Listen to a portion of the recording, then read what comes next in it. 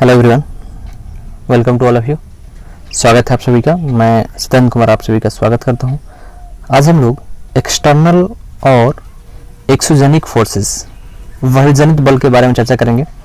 पिछले वीडियो में हमने चर्चा किया था कि इंटरनल फोर्सेस यानी कि इंडोजेनिक फोर्सेस, अंतर्जनित बल कौन कौन से होते हैं, उसके द्वारा कौन कौन से स्थलाकृतियों का निर्माण होता है, कौन कौन से परिवर्तन मूवमेंट्स देखने को मिलते हैं।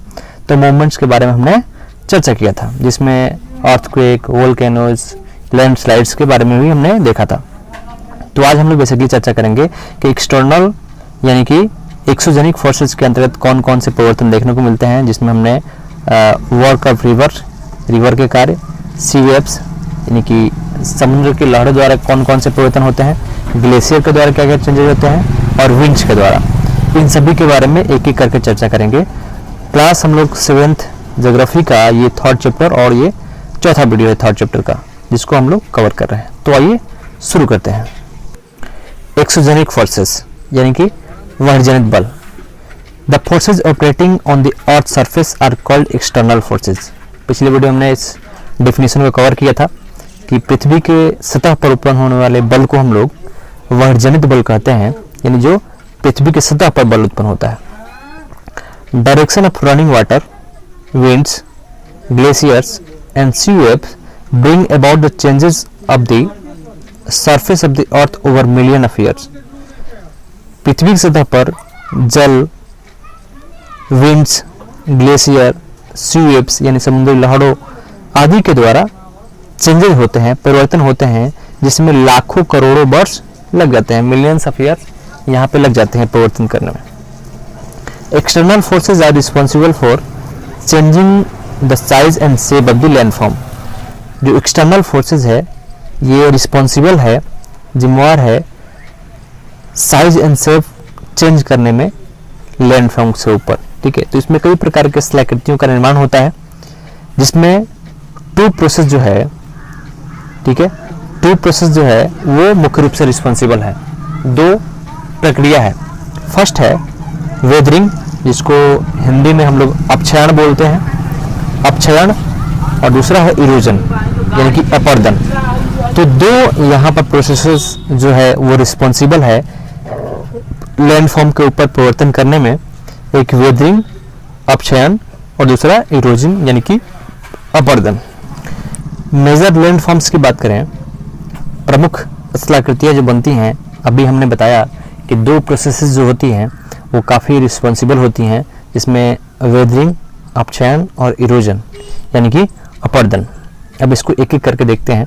जैसे हवा का बहना हो गया, या फिर नदियों का द्वारा जल का जो प्रवाह होता है, या फिर लैंडस्लाइड्स जो होती हैं, समुद्र की लहरें होती हैं, वो काफ़ी परिवर्तन करती हैं, और वो परिवर्तन ये दो कारणों से उत्पन्न दिखाई देता है, वेदरिंग और इरोजन। वेदरिंग की बात करें तो weathering is the breaking of the rocks on the earth surface. Weathering क्या है? पृथ्वी की सतह पर चट्टानों का टूटना जो होता है उसी को हम लोग अपक्षयण बोलते हैं, वेदरिंग बोलते हैं। अब चट्टान कई प्रकार से टूटते हैं, बहते हुए जल के द्वारा, ठीक है, या फिर जो लैंडस्लाइड्स होते हैं उसके द्वारा, या फिर समुद्र की लहरों द्वारा, तो ये अपक्षयण की क्रिया होती है। सेकंड है इरोजन यानी कि अपर्दन। Erosion is the removal of washing away of the weathered particles by water, wind, waves, ice, etc. which are deposited elsewhere। तो इरोजन यानी कि अपर्दन जो होता है, यह भूप्रपट्टी की ऊपरी सतह से मृदा के कणों या सेल कणों का विस्थापन होना होता है, जिसमें वाटर, विंड्स, ठीक है, और आइस जो होता है ये प्रमुख रूप से रिस्पॉन्सिबल होता है अपर्दन का, अपर्दन के लिए। तो ये अपर्दन की क्रिया इन चीज़ों से होती है, ठीक है। और अपर्दन के बाद कई प्रकार के लैंडफॉर्म का निर्माण देखने को मिलता है। अब आइए देखते हैं वर्क ऑफ रिवर्स, यानी कि प्रमुख स्थलाकृतियों में नदियों के द्वारा कौन कौन सा स्थलाकृतियों का निर्माण होता है। ठीक है, वर्क ऑफ रिवर्स। फर्स्ट है वाटरफॉल। वाटरफॉल क्या होता है? यानी इसको हिंदी में जलप्रपात बोलते हैं। When a river tumbles down over hard rocks or descends down steep slopes, it forms a waterfall।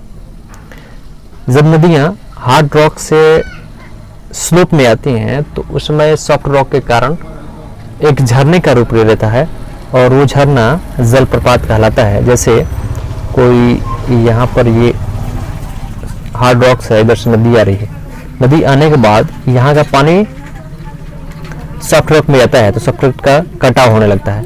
कटाव होने के बाद ये नदियाँ का जल एक एक झरना के रूप ले लेता है, ब्रेक नीचे गिरता है और गिरने के बाद ये नदियाँ फिर मैदानी क्षेत्र में बहने लगती है। ठीक है, ये बहने लगती है। तो ये ऊंचे पहाड़ी से जब जल गिरता है एक झरने के रूप में, इसी को हम लोग वाटरफॉल बोलते हैं। क्लियर है? वाटरफॉल, इसको हम फिगर में देखेंगे तो वाटरफॉल का निर्माण होता है। क्लियर है? सेकेंड है मेंडर्स, विसर्प। As a river descend to the plains, its speed becomes remarkably slow, resulting in large bend known as meanders। जैसे कि नदियाँ जब प्लेन क्षेत्र में आती हैं, मैदानी क्षेत्र में आती हैं, ठीक है, तो उनकी गति स्लो हो जाती है।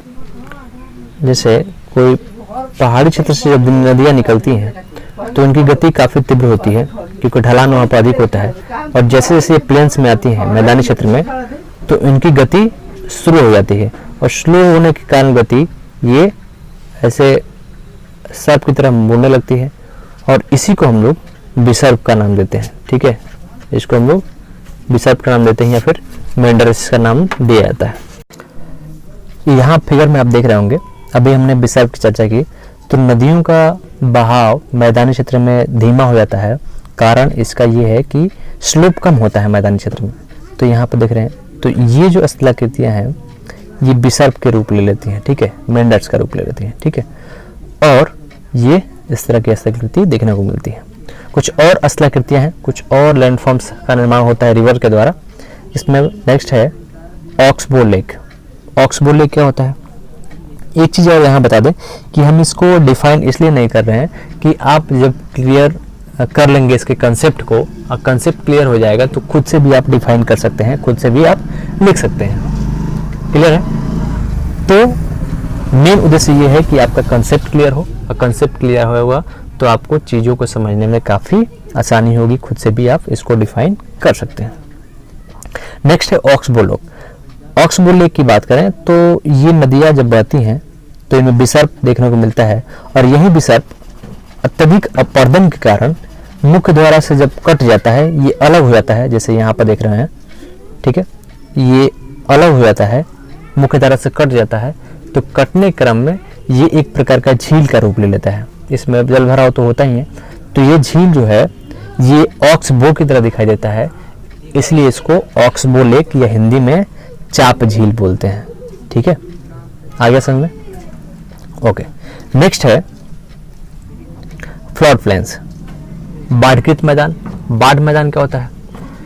जब नदियां बरसात के दिनों में अत्यधिक जल का बहाव करती हैं तो ये तटबंध से बाहर भी जल इनका फैल जाता है, इधर, ठीक है, इधर भी फैल जाता है दोनों तरफ, और फैलने के क्रम में अत्यधिक जल का बहाव होता है। तो नदियां पहाड़ी क्षेत्रों से अपने साथ बहुत सारे छोटे छोटे बालू कण, मिट्टी कण अपने साथ ढो लाती हैं।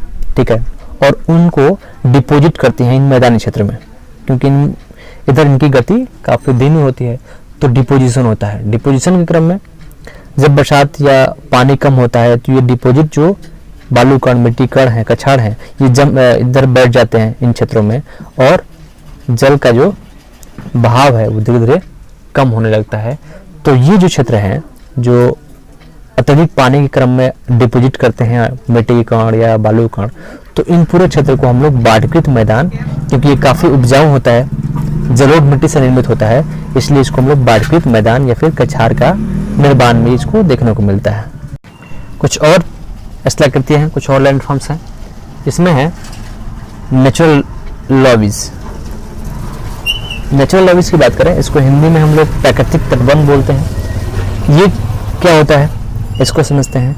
जैसे नदियाँ अपने साथ बहुत सारा बालू कण, मिट्टी कण लाती हैं और इनको आसपास अपने किनारे में डिपॉजिट कर देती हैं। जैसे यहाँ पर छवि देख रहे हैं, यहाँ पे ये तो अपने किनारे वाले भागों में इन सभी बालू मिट्टी के कण को डिपॉजिट करती हैं ठीक है, निक्षेपित करती हैं। तो डिपोजिट क्रम में ये जब डिपोजिशन जो होता है काफ़ी ऊंचा हो जाता है, ठीक है, ये कछार जब ऊंचे उठ जाते हैं तो एक प्रकार का तट का निर्माण करते हैं, ठीक है। और तट के निर्माण क्रम में ये एक प्रकार का बांध की तरह दिखाई देता है, एक प्रकार का नेचुरल बांध मिल जाता है जिसको प्राकृतिक तटबंध बोलते हैं, ठीक है। ये नदियों के डिपोजिशन के कारण होता है, क्लियर है। और ये डिपोजिट जो होता है बालू कण, मिट्टी कण, इनके कारण ये तटबंध बनते हैं, इसलिए इसको नेचुरल लवीज या फिर प्राकृतिक तटबंध कहा जाता है। कुछ और लैंडफॉर्म्स हैं जिनका निर्माण नदियों के द्वारा होता है, जैसे कि डिस्ट्रीब्यूटरीज, हिंदी में इसको वितरिका बोलते हैं। और वितरिका क्या होता है इसको देख लेते हैं। जैसे कोई ये माउंटेन्स है और यहाँ से नदी जब निकली मैदानी क्षेत्र में आई, मैदानी क्षेत्र से ये समुद्र में जाकर मिलती है, हम सभी को पता है। तो ये समुद्र क्षेत्र है, ठीक है, ये समुद्र क्षेत्र है।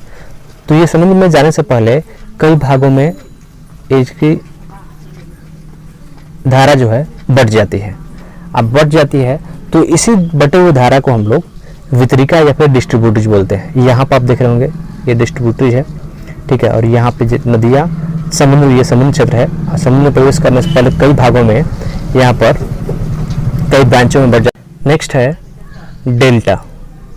डेल्टा की बात करें तो यहाँ पर नदियाँ बढ़ रही हैं, इसकी कई वितरिकाएँ हो गई हैं, कई डिस्ट्रीब्यूटरीज, और ये अपने साथ कुछ सेडिमेंट्स को लाकर डिपोजिट करती हैं यहाँ पे समुद्र के किनारे वाले भाग में, ठीक है।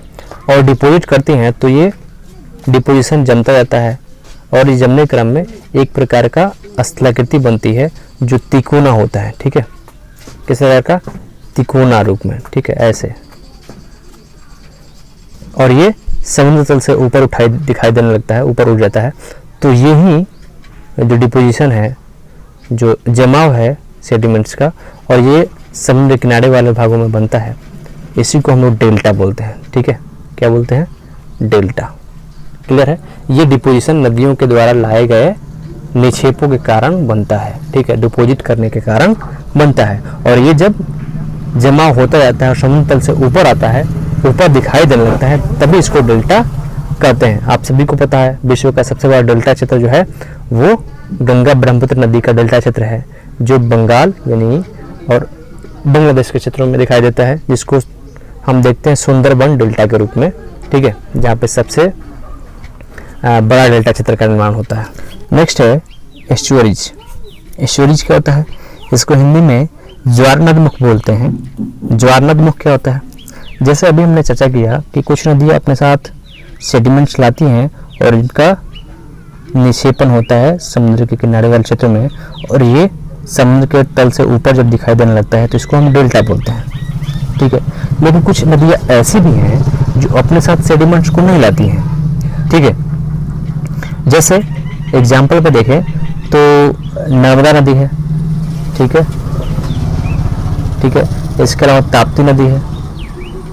तो ये जो नदियां हैं दोनों, इसके अलावा और भी नदियां हैं जो अपने साथ सेडिमेंट्स को नहीं लाती हैं और वो डेल्टा का निर्माण न करके एस्चुअरी का निर्माण करती हैं, ठीक है, वो भी अरब सागर में। तो इन नदियों के द्वारा एस्चुअरी का निर्माण होता है।